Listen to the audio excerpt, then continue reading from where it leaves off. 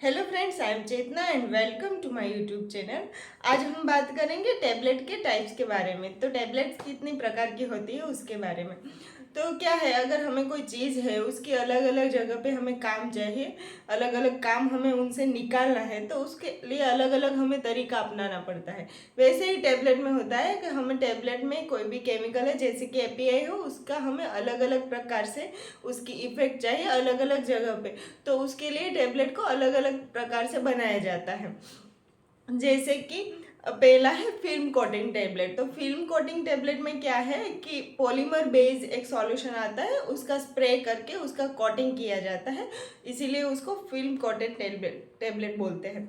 दूसरा है एंट्रिक coated tablet. तो एंट्रिक कोटेड टैबलेट में क्या है कि कोई टैबलेट है, उसकी इफेक्ट हमें इंटेस्टाइन में चाहिए, उसको एसिड जो मीडिया है उसको प्रोटेक्ट करने के लिए कोटिंग किया जाता है, और वो हमें इंटेस्टाइन में चाहे तो स्टमक है पहले आता है डाइजेस्टिव सिस्टम में, तो स्टमक में उसकी पीएच एसिडिक होती है, तो उससे प्रोटेक्ट करने के लिए हमें उसको एंट्रिक कोटिंग करना पड़ता है, इसलिए इसको एंट्रिक कोटेड टैबलेट बोलते हैं।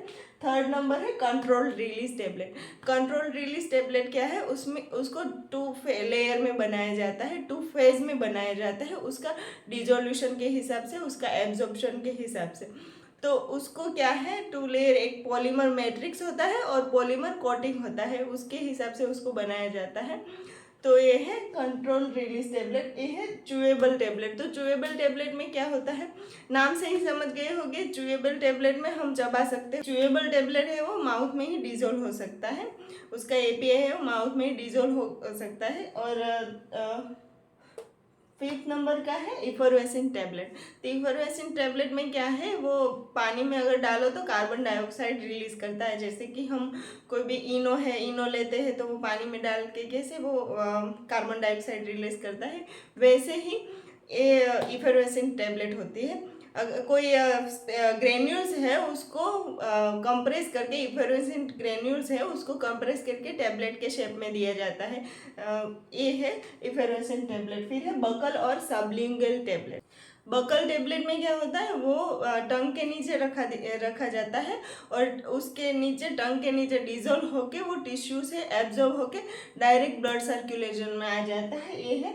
फिर टेबलेट ट्रिचुरेट है। तो टेबलेट ट्रिचुरेट में क्या होता है, एक एपीआई प्लस डाइल्यूएंट दोनों को मिक्स करके उसको मोल्ड किया जाता है। छोटी सी टेबलेट आती है, बहुत छोटी साइज में आती है, उसको मोल्ड करके उसको बनाया जाता है।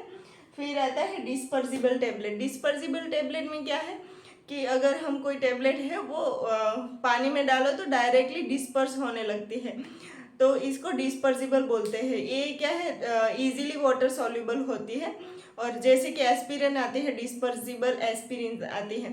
तो एस्पिरिन है वो इजीली रिलीज भी हो सकती है और इजीली डिजोल्व हो सकती है, और इसको पहले हम पानी में डिजोल्व करके उसके बाद भी ले सकते हैं। ये सब टेबलेट में क्या है, डायरेक्ट लेनी पड़ती है या फिर माउथ में रख के लेनी पड़ती है। ये होती है डिस्पर्सिबल।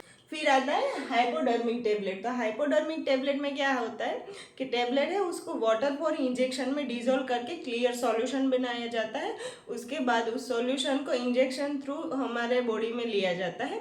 ये है वाटर फॉर हाइपोडर्मिक टेबलेट। फिर है मल्टी लेयर टेबलेट। तो मल्टी लेयर टेबलेट में क्या होता है, एक से दो से ज़्यादा या दो इतने एपीआई मिला के उसको डिज़ाइन किया जाता है अलग अलग रेट से उसको डिलीवरी करने के लिए। ये है हमारी टेबलेट्स की रूट और उसके हिसाब से उसके टाइप्स।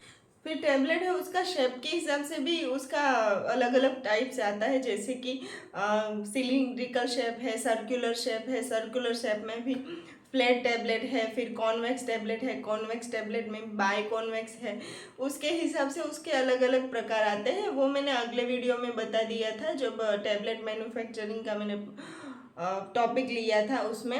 ये था ऑल टाइप्स ऑफ टेबलेट, मैंने शॉर्ट में बता दिया है। अगर आपके पास इसकी ज़्यादा जानकारी हो तो आप मुझे ज़रूर अपडेट कर सकते हैं, और कोई क्वेश्चन हो तो आप मुझे कमेंट करके ज़रूर बता सकते हैं। आई होप आप सभी को समझ में आया होगा।